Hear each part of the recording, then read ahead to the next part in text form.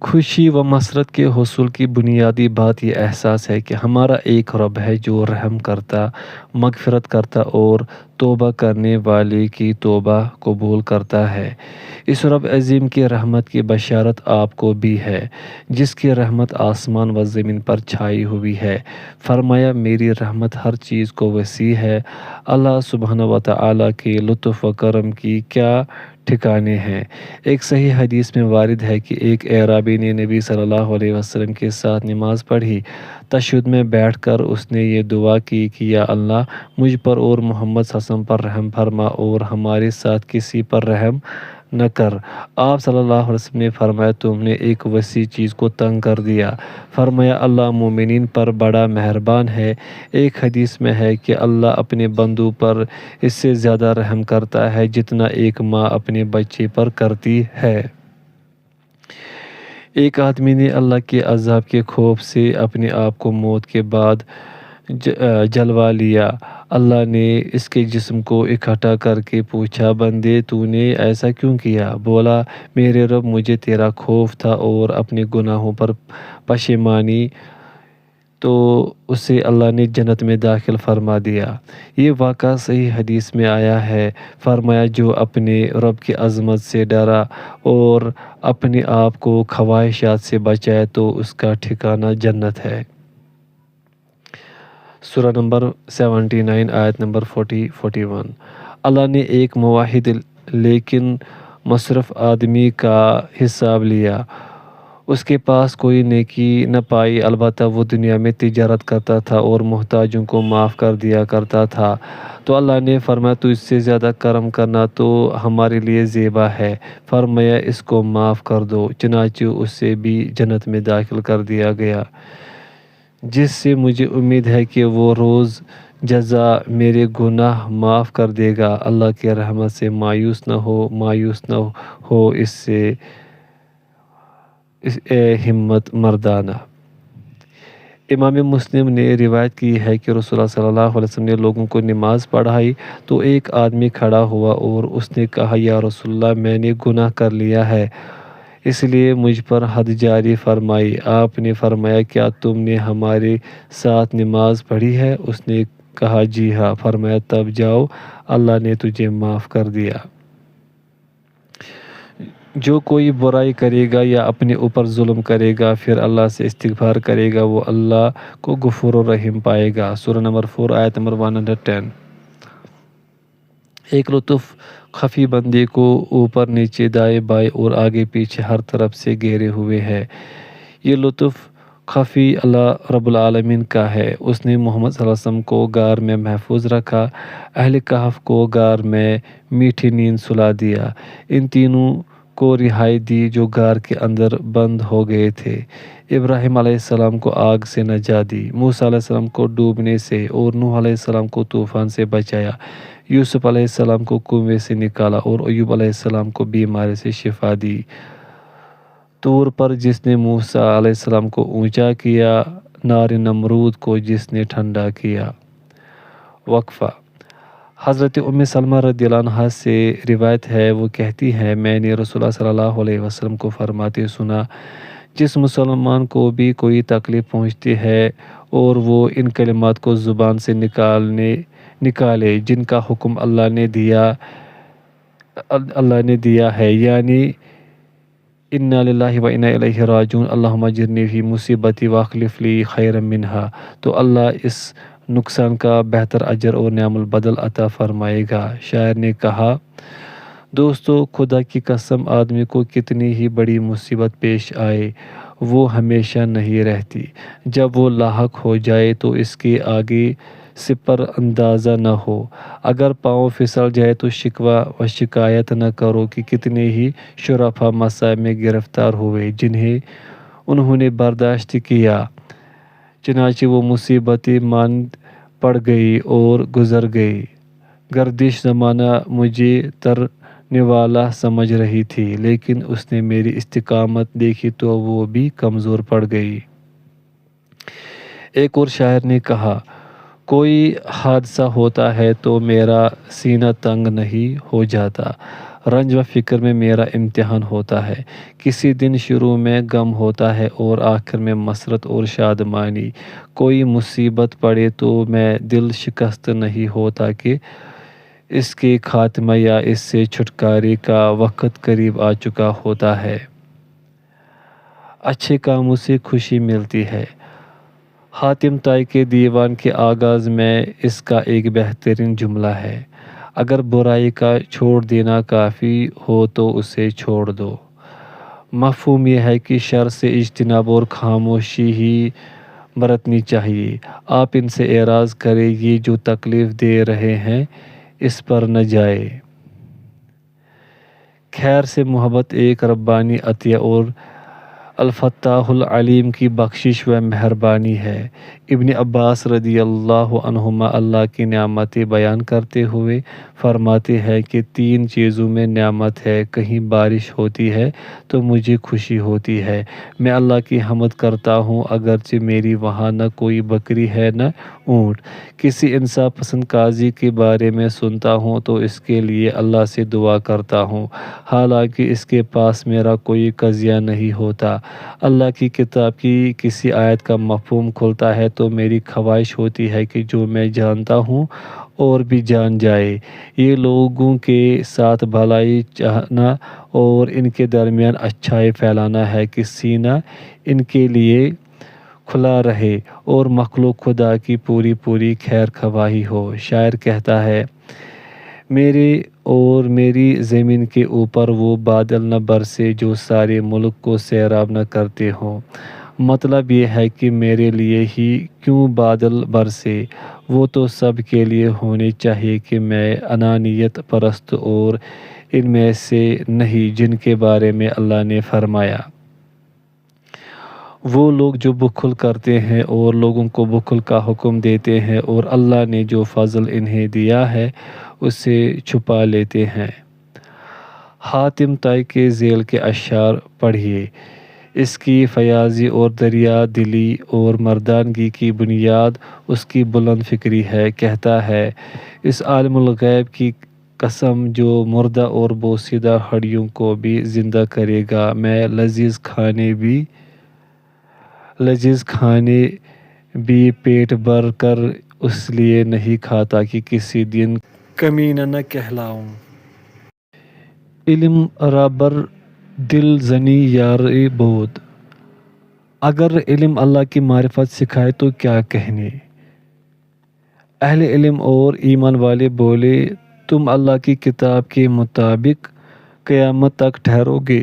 ایک علم ایمانی ہوتا ہے، ایک کافرانہ، جیسا کہ فرمایا وہ دنیاوی زندگی کے ظاہر کو جانتے ہیں، آخرت سے غافل ہیں، اور فرمایا بلکہ آخرت کے بارے میں ان کا علم محض اٹکل ہے، بلکہ یہ اس کے بارے میں شک میں مبتلا ہیں، بلکہ اندھے ہیں، اور فرمایا بس یہی ان کا مبلغ علم ہے، اور فرمایا ان کو اس کا قصہ تو سنائیے جسے ہم نے اپنی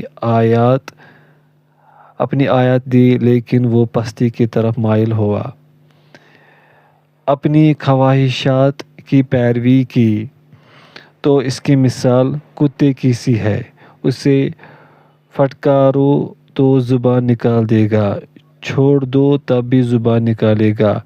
یہ ان لوگوں کی مثال ہے جنہوں نے ہماری آیات جھٹلائی۔ اب ان کی باتیں لوگوں کو بتا دیجیے تاکہ یہ کچھ غور و فکر سے کام لیں۔ یہودیوں اور ان کے علم کے بارے میں فرمایا: ان کی مثال گدھے کی سی ہے جس پر کتابیں لدی ہوں، چارپائی برو کتا بے چند۔ یہ علم تو ہے لیکن ہدایت دینے والا نہیں، دلیل ہے جس سے تشفی نہیں ہو سکتی، حجت ہے لیکن حجت قاطع نہیں، نقل ہے لیکن سچی نہیں، کلام تو ہے لیکن اس میں حقیقت نہیں بلکہ انحراف کی طرف پہنچانے اور ضلالت کی رہنمائی کرنے والی دلیل ہے۔ تب اس علم والوں کو حقیقی مسرت کہاں ملے گی جو اسے اپنے پیروں تلے روند رہے ہوں۔ انہوں نے تو ہدایت پر اندھے پن کو ترجیح دی ہے۔ یہ کہتے ہیں ہمارے دل بند ہے، نہیں بلکہ اللہ نے ان کے کفر کی وجہ سے ان پر ٹھپا لگا دیا ہے۔ واشنگٹن میں کانگریس کی لائبریری میں ہر فن، ہر قوم، ہر نسل اور ہر تہذیب سے متعلق لاکھوں کتابیں جمع ہیں، لیکن جس قوم کے پاس اتنی عظیم لائبریری ہے وہ اللہ تعالیٰ کی منکر ہے، وہ محض محسوس و مشاہد دنیا کو دیکھتی ہے، اس کے بعد نہ سمع، نہ بصر، نہ عقل اور نہ دل، جیسا کہ فرمایا ہم نے انہیں کان، آنکھ اور دل دیے، لیکن ان کے کانوں، آنکھوں اور دلوں نے ان کو کوئی فائدہ نہ دیا۔ سورہ نمبر 46 آیت نمبر 26۔ باغیچہ ہرا بھرا ہو لیکن بکری بیمار ہو، کھجوریں خوب پیدا ہوں لیکن اگر اہل مروکا سا بخل پیدا ہو جائے، پانی ٹھنڈا ہو لیکن منہ ہی کڑوا ہو تو کیا فائدہ ہوگا؟ فرمایا ہم نے ان کو کتنی ہی نشانیاں دکھائی، ان کے پاس ان کے رب کی جو بھی نشانی آتی بس اس سے اعراض ہی کرتے۔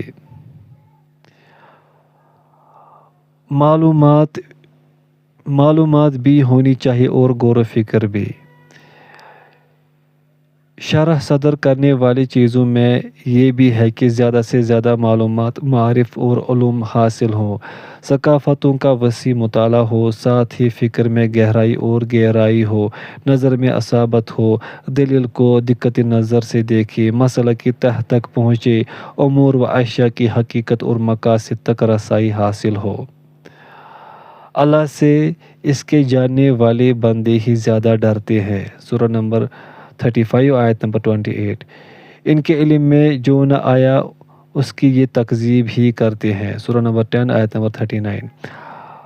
عالم تو وہ ہوتا ہے جو کشادہ ظرف، بڑے دل والا ہو، اسے شرح صدر حاصل ہو، اس کا دل مطمئن ہو۔ بقول شاعر جتنا ہی اسے خرچ کرو گے بڑھے گا اور جتنا ہی اسے ہاتھ باندھ کر رکھو گے اس میں کمی آئے گی۔ مغرب کا ایک مفکر لکھتا ہے آفس کی دراز میں ایک فائل میں نے بنا کر رکھی ہوئی ہے جس میں میں اپنی روزانہ کی کارستانیاں، لغزشیں اور غلطیاں جو رات دن سرزد ہوتی رہتی ہیں لکھا کرتا ہوں۔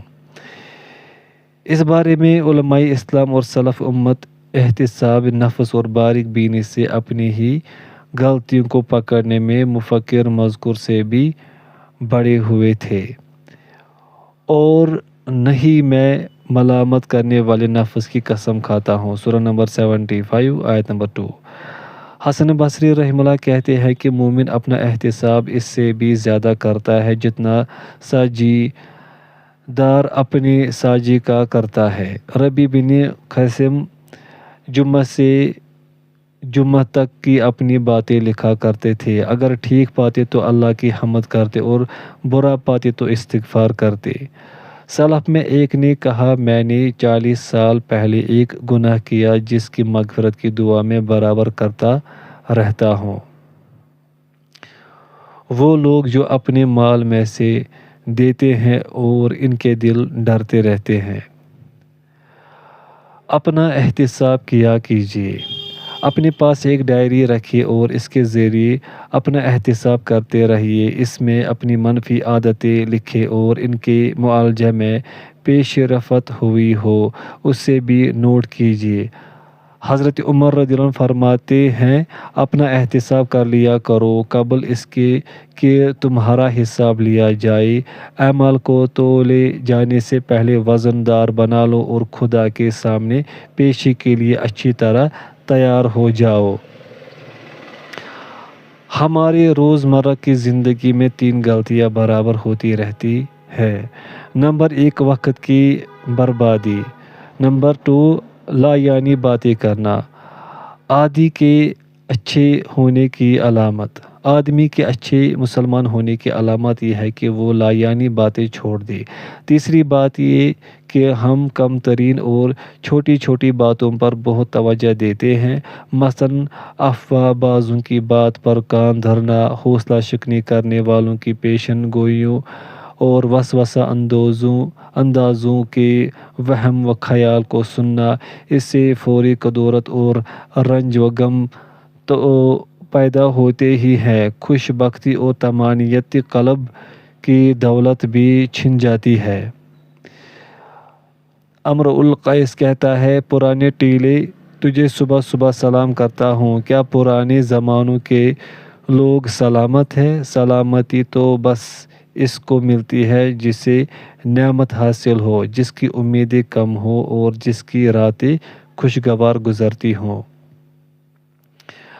رسول اللہ صلی اللہ علیہ وسلم نے اپنے چچا حضرت عباس رضی اللہ عنہ کو ایسی دعا سکھائی جو دنیا و آخرت دونوں کی خوشی کی جامع ہے۔ یہ جامع معنی اور کافی شافی دعا جس میں دنیا اور آخرت دونوں کی بھلائی مانگی گئی ہے، یہ ہے اللہم انی اسألک العفو والعافیہ۔ فرمایا گیا ہے اللہ نے ان کو دنیا کا ثواب اور آخرت کا بہترین اجر عنایت کیا۔ سورہ نمبر 3 آیت نمبر 148۔ وہ نہ گمراہ ہوگا نہ بدبختی کا شکار۔ سورہ نمبر 20 آیت نمبر 123۔ دفاع کا سامان کر لے۔ بندے کو اس سے بھی خوشی ملتی ہے کہ وہ اللہ پر توکل کے ساتھ احتیاط کا دامن چھوڑے، اسباب کو کام میں لائے۔ نبی اکرم صلی اللہ علیہ وسلم نے جنگوں میں مقابلہ کے لیے نکلے، آپ نے ذرا بھی زیب تن کی، حالانکہ آپ تو متوکلین کے سردار ہیں۔ ایک نے آپ سے پوچھا کہ میں اپنی سواری کو کھونٹے سے باندھ دوں یا توکل کر لوں؟ فرمایا اسے باندھو اور توکل کرو، یعنی اسباب اختیار کرنا اور ساتھ ہی اللہ پر توکل، یہی توحید کی جان ہے۔ جبکہ اسباب اختیار نہ کرنا محض توکل کرنا شریعت سے ناواقفیت ہے، جیسے کہ سبب اختیار کرنا اور توکل چھوڑ دینا بھی توحید میں کمی کی بات ہے۔ اس سلسلے میں ابن الجوزی نے لکھا ہے کہ ایک شخص نے ناخن کاٹا جو بڑھ کر زخم بن گیا، اس نے احتیاط نہ کی حتیٰ کہ مر گیا۔ ایک شخص سردان کے گدھے پر چڑھا اور اس کا پیٹ بنچ دیا، وہ مر گیا۔ بتایا جاتا ہے کہ مشہور مصری مصنف طٰہٰ حسین اپنے ڈرائیور سے کہتا تھا، جلد بازی نہ کرو تبھی ہم جلدی پہنچیں گے۔ ایک مثال میں جو کہا گیا ہے کہ بسا اوقات جلدی مچانے سے دیر ہو جاتی ہے، یہی اس کا مفہوم ہے۔ شاعر بھی کہتا ہے، کبھی کبھی صبر سے کام لینے والا ضرورت پوری کر لیتا ہے اور جو جلدی مچاتا ہے وہ لغزش کھا جاتا ہے۔ مطلب یہ ہے کہ بچاؤ اور احتیاط تقدیر کے منافی نہیں بلکہ اسی کا ایک حصہ ہے، اس کی روح ہے۔